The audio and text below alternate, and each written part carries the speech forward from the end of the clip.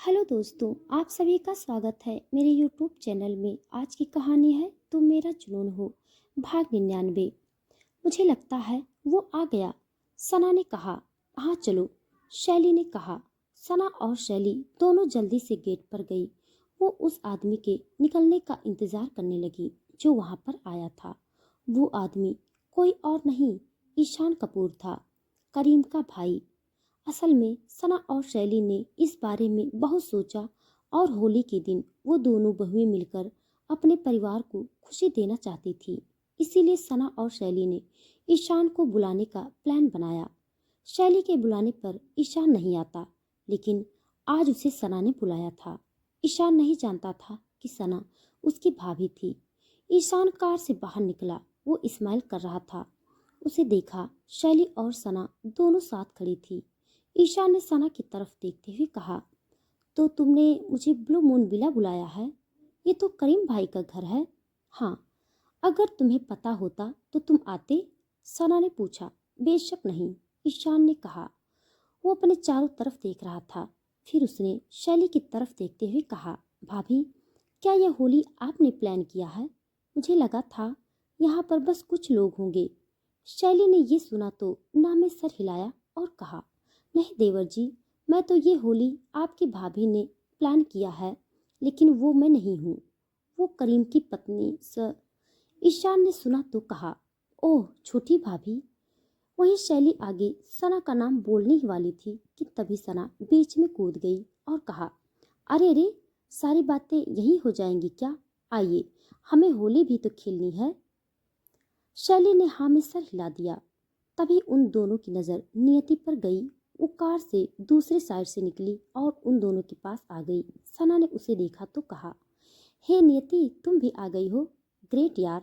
सना खुश हो गई। वो जानती थी कि नियति और ईशान के बीच कुछ तो था। नियति ने सना शैली दोनों को गले लगाकर उन्हें गुलाल लगाकर होली विश किया। कुछ देर बाद वो चारों अंदर आ गए। नियति ने देखा ईशान परेशान सा था। नियति ने धीरे से उसके कान में कहा, ईशु, बेबी परेशान होने की क्या जरूरत है? नियति ईशान को प्यार से ईशु बुलाती थी। ईशान ने उसकी तरफ देखा और कहा, मुझे थोड़ा अजीब लग रहा है। शायद आज यहाँ मेरा पूरा परिवार होगा और मैं उनसे सालों बाद मिलूंगा। मैं उनसे क्या कहूँगा? ईशान की परेशानी नियति समझ रही थी। नियति ने ईशान से कहा, बेबी चिंता मत करो, अपने परिवार से मिलने में कैसी शर्म। वैसे भी मैं भी अपने परिवार से मिलना चाहती हूँ। मैं भी तो इस खानदान की बहू हूँ। बड़ी भाभी से तो हम मिल चुके हैं, छोटी भाभी से मिलना है। मॉम डैड दोनों, बड़े भैया और दादाजी, क्या तुम मुझे इन सब से मिलने देना नहीं चाहते? ईशान ने नियति की बात सुनी और बोला, नहीं, ऐसा नहीं है बेबी। ईशान के इतना बोलने पर नियति ने कहा, तो स्माइल करो ना। वहीं उन दोनों की खुसर फुसर देखकर शैली ने सना से कहा, क्या चल रहा है दोनों के बीच? शैली ने तो यूं ही पूछ लिया, लेकिन सना ने कहा, वही जो तुम्हारा बड़े भैया के साथ चल रहा है और प्रिया का मिस्टर ओबराय के साथ। क्या मतलब? शैली ने पूछा। बाद में बताऊंगी, पहले हमें बड़े भैया और करीम को ढूंढना है। हमें चलकर अपने परिवार के सदस्यों का आशीर्वाद लेना है। आज हमारा पूरा परिवार साथ होगा। सना ने स्माइल करते हुए कहा तो शैली ने भी स्माइल कर दिया। अभी वो दोनों बातें ही कर रही थी कि तभी उनके सामने से करीम और हर्ष आते हुए दिखाई दिए। वो दोनों अपनी पत्नियों को ढूंढ रहे थे कि तभी उनकी नज़र ईशान पर गई। ईशान के कपड़ों पर अब तक रंग का एक भी छींटा नहीं था। एक पल के लिए ईशान के दोनों बड़े भाई अपनी जगह पर जम गए। उन्होंने सोचा नहीं था कि आज ईशान यहाँ आने वाला था। ईशान अपने दोनों भाइयों का लाडला था। ईशान ने करीम और हर्ष को देखा तो उसे यकीन नहीं हुआ कि उसके भाई होली खेल रहे थे।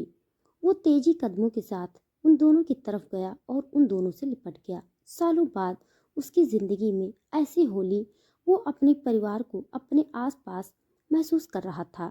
मझले भैया, आपको ये क्या हुआ? आप होली खेल रहे हो? ईशान ने हैरान होकर पूछा। ईशान के सवाल पर सना की तरफ देखते हुए करीम मुस्कुरा दिया और हर्ष ने ईशान को जवाब देते हुए कहा, मेरे छोटे भाई, जब तुम्हें किसी से प्यार होगा तो तुम भी बदल जाओगे, जैसे करीम बदल गया है। हर्ष के इतना बोलने पर करीम ने आगे आते हुए कहा, हाँ बड़े भैया, आपने सही कहा। हम सब यहाँ देख सकते हैं कि जब से शैली भाभी आई हैं, आप सच में काफी बदल गए हैं। उसकी बात सुनकर सब हंसने लगे। ईशान को यहाँ पर आकर अच्छा लगा। तभी शैली ने सबको एड्रेस करते हुए कहा, गाइस, अब तो होली हो गई, लेकिन अब हमें अपने बड़ों का आशीर्वाद भी लेना होगा। क्या हम सब चलें? हर्ष ने हाँ में सर हिलाया और बाकी सबने। शैली आगे बढ़ गई और साथ में हर्ष। वहीं उन दोनों के पीछे ईशान और नियति भी साथ आ गए। हर्ष ने शैली के कान के पास आकर धीरे से पूछा, फेमस एक्ट्रेस नियति यहाँ क्या कर रही है, वो भी ईशान के साथ? हर्ष के सवाल को सुनकर शैली ने उसकी तरफ घूर कर देखा और बोली, अब मुझे कैसे पता होगा? हर्ष, तुम मुझसे बेकार के सवाल क्यों पूछ रहे हो? क्योंकि बेकार सवाल करके तुम्हें परेशान करने में मजा आता है। वैसे भी आज होली है, इसीलिए बुरा न मानो, होली है। हर्ष ने शैली के नाक पर टॉप करते हुए कहा तो शैली ने उसका हाथ झटक दिया। पीछे ईशान और नियति साथ में आगे चल रहे हर्ष और शैली को देखकर मुस्कुरा रहे थे। नियति ने ईशान के कान में कहा, तुम्हें पता, यही तुम्हारा परिवार मुझे काफी पसंद है। क्या सच में? और मैं? ईशान ने पूछा। तुम हाँ ठीक हो, नियति ने मजाक करते हुए कहा। शैली, हर्ष और ईशान नियति के साथ बातें करते हुए अंदर आ रहे थे। वहीं उन सबसे पीछे सना आने को हुई थी कि करीम ने उसका हाथ पकड़ लिया। सना ने करीम से अपना हाथ छुड़ाते हुए बोली, अभी सब देख रहे हैं। कौन? मुझे कोई दिखाई नहीं दे रहा, करीम ने कहा। वो सना के बेहद करीब था। उसके आसपास लोग थे, लेकिन उसे इससे कोई फर्क नहीं पड़ रहा था। वहीं मधु ने रानी के साथ मिलकर एक प्लान बनाया था। रानी ने स्पेशली कुछ भांग वाली गुजिया बनवाई और मधु को देती हुई कहा, मधु जाओ और जाकर ये करीम को खिला दो। ओके मामी, वैसे आपका प्लान काफी अच्छा है, मधु ने खुश होकर कहा। वो करीम को पसंद करती थी। मधु करीम की तरफ चली गई, लेकिन जब उसने देखा कि करीम सना के साथ रोमांस कर रहा था तो मधु को सना से जलन होने लगी। उसने गुस्से से कहा, सना, तुम मेरे और करीम के बीच नहीं आ सकती। तुम्हें नहीं पता कि मुझे जो चाहिए होता है मैं वो हर हाल में पा लेती हूँ। मधु देर तक वहां खड़ी घूरती रही। वहीं करीम ने सना को छोड़ दिया। सना भागती हुई वहां से चली गई। तभी मधु जल्दी से करीम के पास आई और बोली, हाय करीम। करीम ने पलट कर देखा। मधु मुस्कुरा रही थी। करीम ने बोला, मधु तुम हो? हाँ, याद हूँ या भूल गए हो? मधु ने पूछा। करीम ने हाँ में सर हिला दिया। करीम उससे बातें नहीं करना चाहता था, लेकिन वो वहां से जाने लगा तो मधु बोली, करीम ये गुजिया तो चखो, सच में काफी अच्छा बना है, मुझे कंपनी तो दे दो। करीम ने उसकी बात सुनी और सोचा कि आज अपना मूड खराब नहीं करना। उसने गुजिया लिया और खाने लगा। तभी करीम का फोन बजा। करीम ने फोन उठा लिया। कंपनी से रिलेटेड कोई जरूरी बात वो फोन पर करने लगा। वहीं विला के अंदर दिव्या जी, दादाजी, अमित चंद जी, लक्ष्मी के पति मोहित जी भी थे। वो सब आराम से बैठकर बातें कर रहे थे। वहाँ सब आपस में बातें कर रहे थे। सना के किए अरेंजमेंट की बात कर रहे थे। उन्हें अरेंजमेंट पसंद आई थी। अभी वो लोग बातें ही कर रहे थे कि तभी अचानक दिव्या की नज़र गेट की तरफ गई। उन्होंने देखा विला के गेट से ईशान आ रहा था। वैसे तो हर शैली और नियति भी उसके साथ थे, लेकिन दिव्या जी की नज़र ईशान पर गई। ईशान, दिव्या जी ने कहा। वो खड़ी हो गई। सबने ईशान की तरफ देखा। सबको खुशी हुई। ईशान आगे आया और उसने सबसे पहले दिव्या जी को देखा। वो अपनी माँ के पास गया और उनसे बोला, हैप्पी होली मॉम।